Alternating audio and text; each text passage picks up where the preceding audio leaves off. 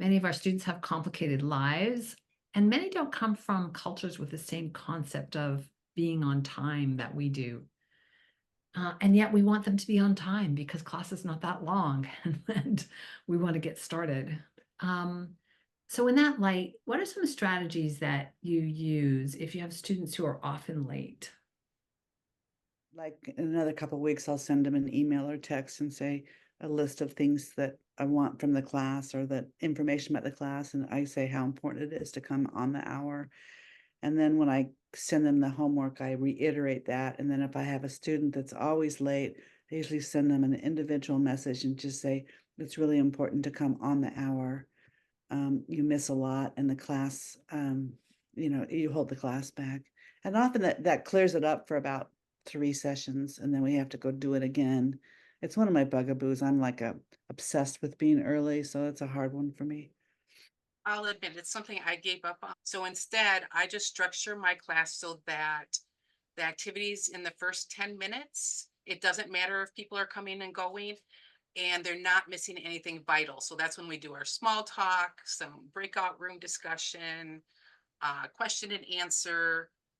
When I did in-person classes, that's when I would have them edit sentences or do journal writing. So I worked around it because I gave up, Linda.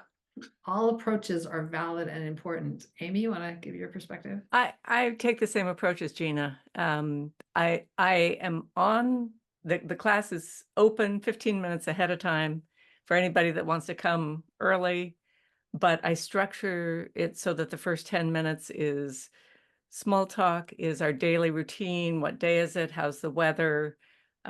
We review homework, that we review the workbook homework so that if people miss the first 10 minutes, they're not missing new content. Yeah, I do too, but I don't like it. I taught in another country where the teachers would not show up to the class until 10 minutes after the start of class.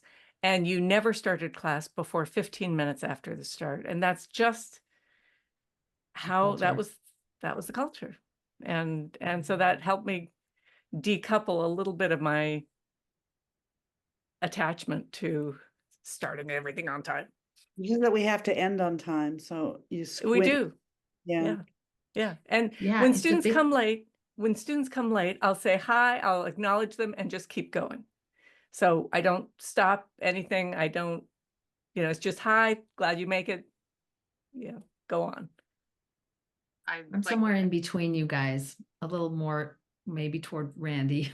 But I want students to see that when they're late, they're missing things. I do let my Because students know some of them just come later and later and later. So I do want them to see that they miss things. And yet, I don't want to make that extreme. And also, there are students who have, other than culture, they have other reasons for being late. They have their child is leaving for school. They have to see their child off for school, and they can't take a later class. Sorry, some of our students have variable work schedules that they don't control. Right. I've had a student that would often tell me, I can't come for the first half hour. Okay.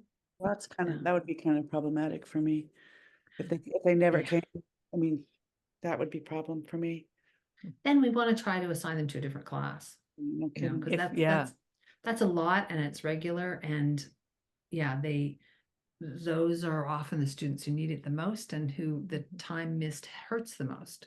Mhm. So we want to try to see if we can reassign them.